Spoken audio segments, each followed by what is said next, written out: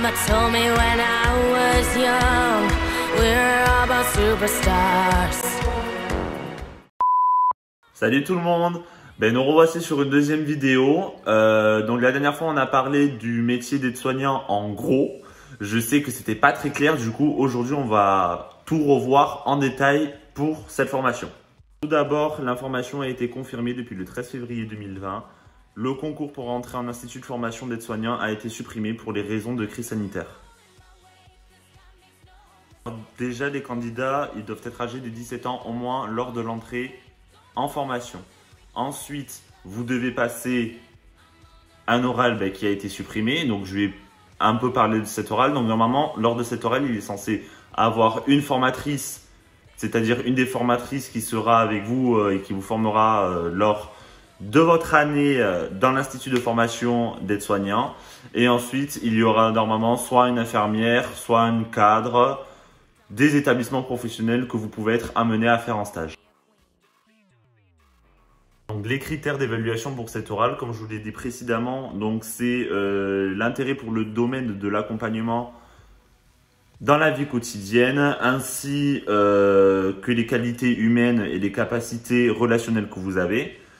Il y a aussi vos aptitudes en matière d'expression orale et écrite, parce que déjà l'expression écrite va beaucoup vous servir pour faire des transmissions écrites déjà.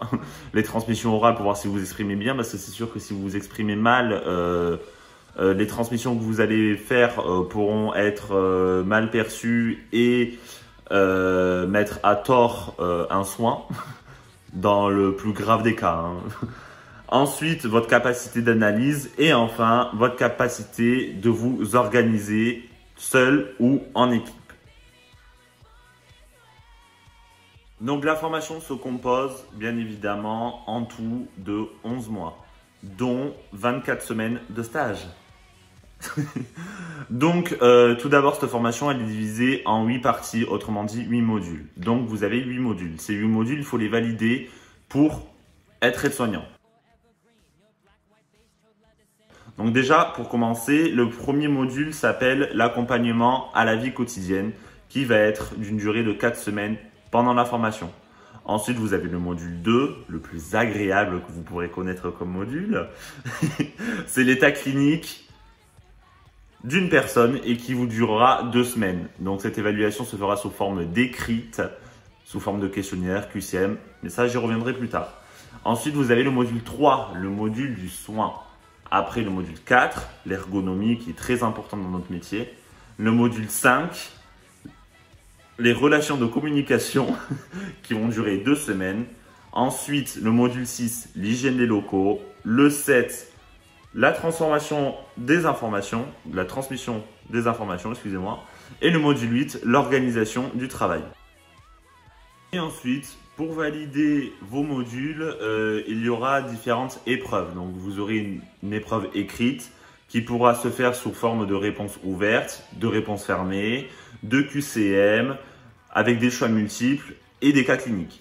Ensuite, vous avez l'épreuve orale qui se fera avec un jury. Donc, c'est vos formatrices d'IFAS qui vous le feront passer. Et des épreuves pratiques. Donc, ce qui était génial, moi par exemple à mon IFAS, j'étais à l'IFAS de Périgueux, on avait une salle où on rentrait, où il y avait une actrice qui était par exemple une infirmière formatrice du côté IPSI qui jouait le rôle d'actrice.